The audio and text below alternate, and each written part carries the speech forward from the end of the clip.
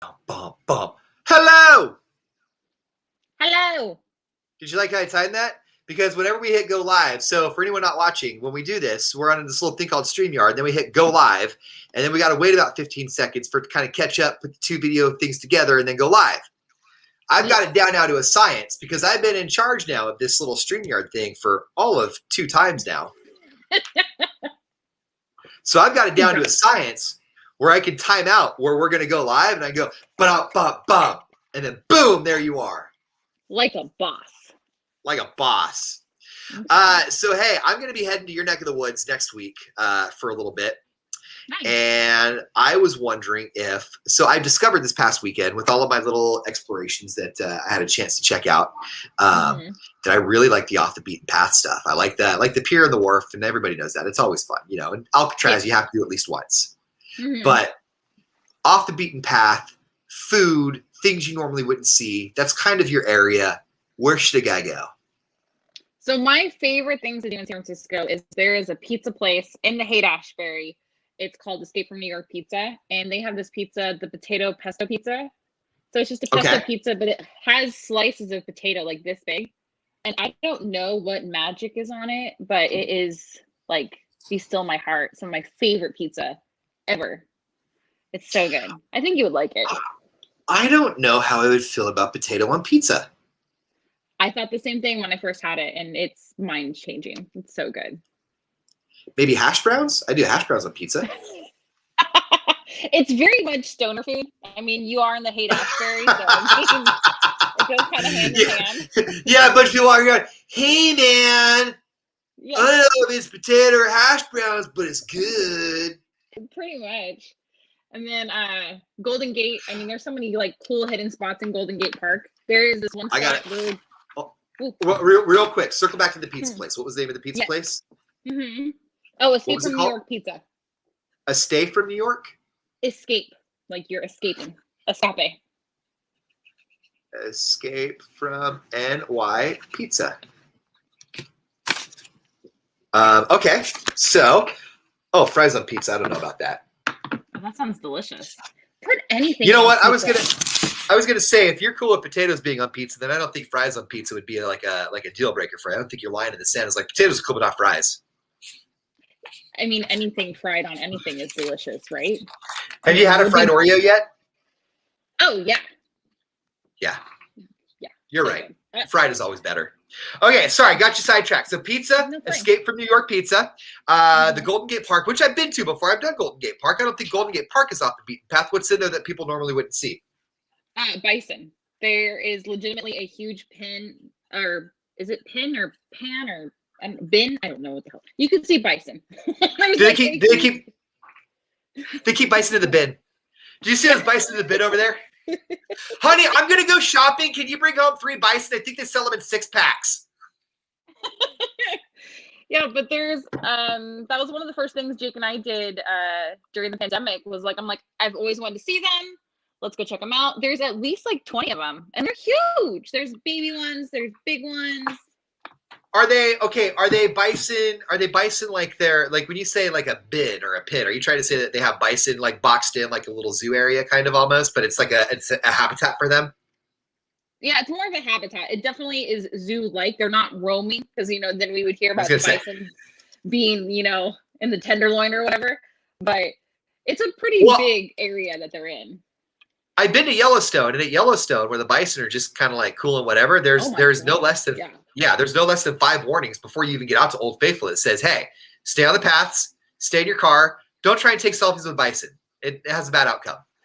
Oh my God. So, side note, when my dad and I went to Yellowstone, 20 years ago now, I was like, where are the animals? Where are the animals? We finally turned the corner and there's all the bison, right? So we stop and we go, and we're, I wouldn't say 50 feet away from them because those things are huge.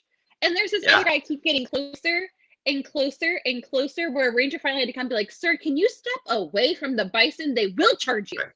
What are you doing? They're 3 times your size. You're going to get killed. That bison doesn't know you. Don't act like you guys are besties. I think what happens is I think people see animals, right? Like dogs. Dogs by nature, most dogs have a sweet disposition and they just want to love on you and hug on you, right? So I think people see animals like cows and bison and stuff like that, and like unless you're like in the crosshairs of one, I think you think to yourself, yeah, they say that they're mean, but like who provoked it? I could still go up to a bison and be besties with it because I'm a nice person. I think that's how people feel. Yeah, I mean they do look cute and cuddly, but right. No.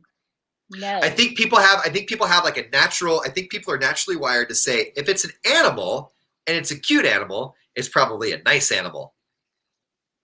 You know, you could say that about all animals. Like bears look really cute and cuddly. I wouldn't want to get near one.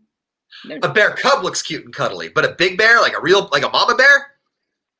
But see, if you see a cub in nature, that means that mama bear is not far away. That's right. She's watching. She knows. Yes. She always knows. Yeah. Okay. Back to San Francisco. Another cool place that you might like is it's called Labyrinth End. Since you loved Sutro Baths last weekend, it's a cool little hike, and it has a labyrinth made out of stone. It's pretty cool. I mean, it's a small, like it's just like a. But it's really cool. Okay. Labyrinth's End. All right, I like it. Is there still a spot underneath the Golden Gate Bridge where people park all their RVs? Probably. What side? Is it on the side of like the North Bay or the side of San Francisco of the Golden Gate? I don't know. I just heard there was a spot where people park their RVs. I don't know the geography very well.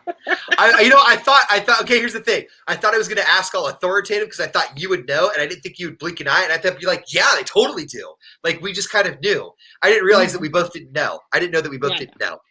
Hey, we're never going to do that again. But I'm discovering about San Francisco. I mean, we drove around the other night, and I found I'm pretty sure the only cemetery in San Francisco because they don't have any.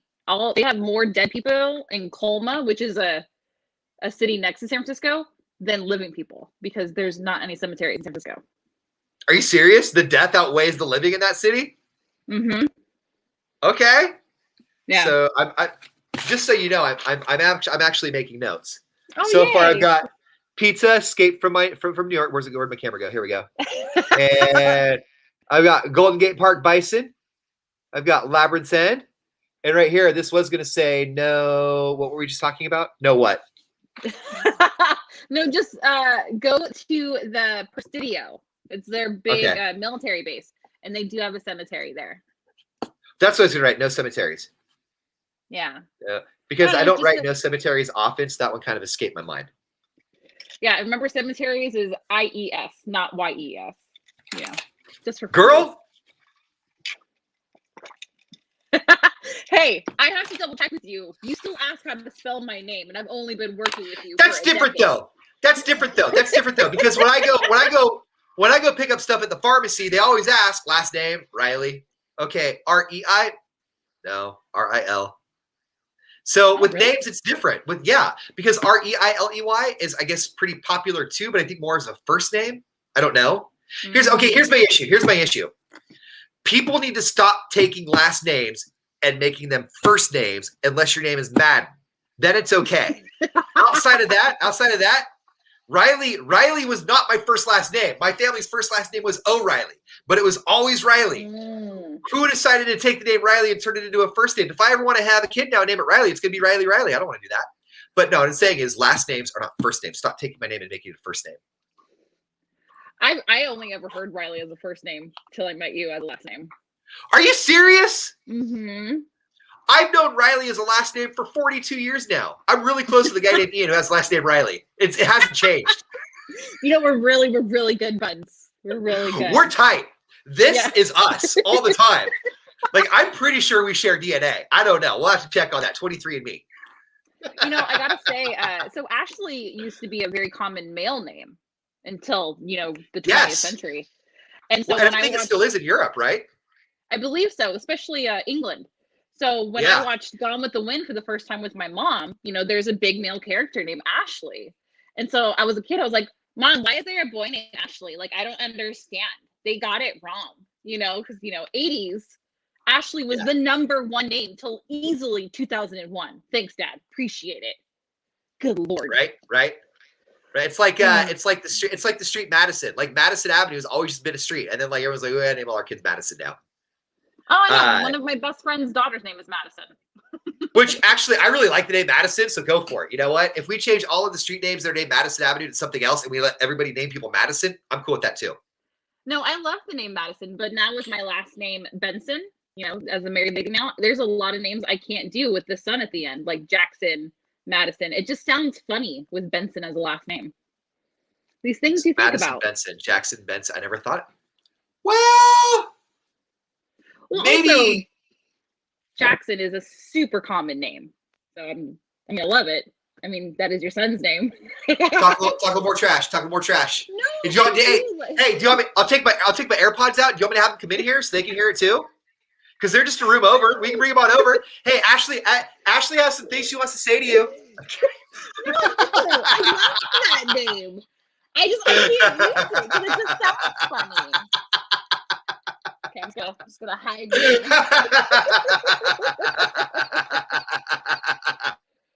When our youngest was being born, the doctor that we had a picture of his kids on the wall, and one of them was a boy, but he had really long, nice blonde hair, and he was in, to me, what it looked like originally was like a Girl Scout outfit, because the browns kind of go cross. Okay. Oh, cool! Your daughter's a Girl Scout. He goes, that's my son. He's a Boy Scout. It's like, swing and a miss on that one, guy. So I apologize. I apologize profusely. And he said, you know what? You're like one of 4 people every single day who says it. My son likes to have long hair. He looks like that. People think he's a girl. He doesn't care. I don't care. Cool. I was like, all right, cool. This is what happened with my friend's son now. I mean, he hasn't had a haircut since quarantine happened. So we're going on a year. And so his hair is like down to here. And it's gorgeous. Oh, he did it. Oh, yeah. He did it. He did the whole year. Okay. Yeah, but so she has to make sure that he has a headband because he hates his hair in his face. Yet he grew it out, right? That makes 0 sense. But she also makes sure that it's manly colors. Like, I don't know how else to say it, but like make sure it's like orange or something. So he for sure still looks like a boy, even though his hair is, almost to his butt. Right. Because if they chose pink for his hair. Oh. Right? Oh no. To each their own. Because that kid has more gorgeous hair than most women these days because it's untreated. It's just glorious brown with natural highlights. It's just like, ugh. Can I tell you something? I had that hair for about 2 years. I had the unicorn hair because I was not I didn't treat my hair. I just had really long, nice hair when I was a teenager going into my early 20s. I had it down to right about here, and it was just nice and long and flowy, and it was brown, and there was no gray.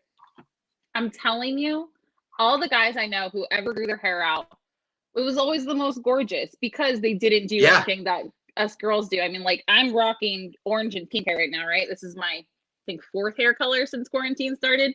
It is dry like no one's business. It's because it's just over-treated. But I don't care. I'm still gonna dye it. When a guy grows his hair long, this is all we do to it. Pretty much.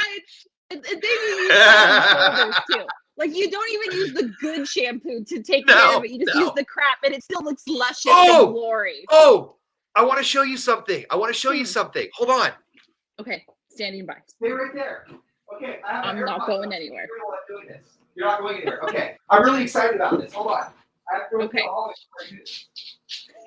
I have. Oh no. Oh, I'm a little scared, y'all. Look out, Sean! Look out, Sean! Look out, Sean! We're coming through. Even your kids make fun of you. I love it. Okay, we had Head and Shoulders, right? Oh, it's not even the name brand. It's the store brand, Head and Shoulders. Yeah. Ready for this? Okay. Oh, fancy. And ooh. Wow. Good job. In fact, I haven't used this one in a few months. It's just there because I don't like to throw things away. Yeah, yeah, Jake does the same thing. He gets mad at me when I throw away his empty bottles out of the shower. I'm like, you're done using it. He's like, look, you don't know.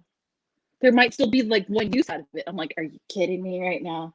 It's just the bottle. Right. It's fine. So when the bottle goes empty, you don't take off the top and then put about a cup of water in there and swash it around, get a little more mileage out of it? You don't do that? No. Yeah, me either. No, that's stupid. Who do that? I mean, if it's like my expensive stuff, oh yeah. But if it's store brand Head and Shoulders, that can go. Bye bye. I don't put CVS into Paul Mitchell. I put best value. I put best value into Paul Mitchell. Great value if he's really, getting frisky. Yeah. Sometimes I'll get crazy and get Western Families, that other off-brand that you can only see. Watch out. It's this off-brand. Yeah, it's an off-brand that you see in the high-end stores, like not the Safeways and the Rayleighs, but like the high-end. Like we're not a franchise. We've only got 3 stores, but we're big and the community loves us, right? Their off-brand is Western Families or something like that, and it's not awesome. It's not awesome. I am a big fan of store brand stuff because, I mean, it's the same chemicals, right, as like the name brand. But I will say there's some things you need to buy name brand. Like, have you ever bought store brand grape nuts? God, I haven't bought grape nuts, period. Okay, well, I love grape nuts. I'm an old lady when it comes to let me roll through my phone and see the last time I bought grape nuts was. Oh, never. Anyways, I bought store brand ones. I mean, grape nuts are harder on your teeth already, but store brand ones are like you're eating concrete. It was horrible. So always get grape nuts. Are you supposed to chew grape nuts, or do you just swallow them because they're already little tiny pebbles? Like, I feel like they already did the chewing for you. Like, now it's just a matter of putting the milk and the grape nuts in your mouth and just letting it go down.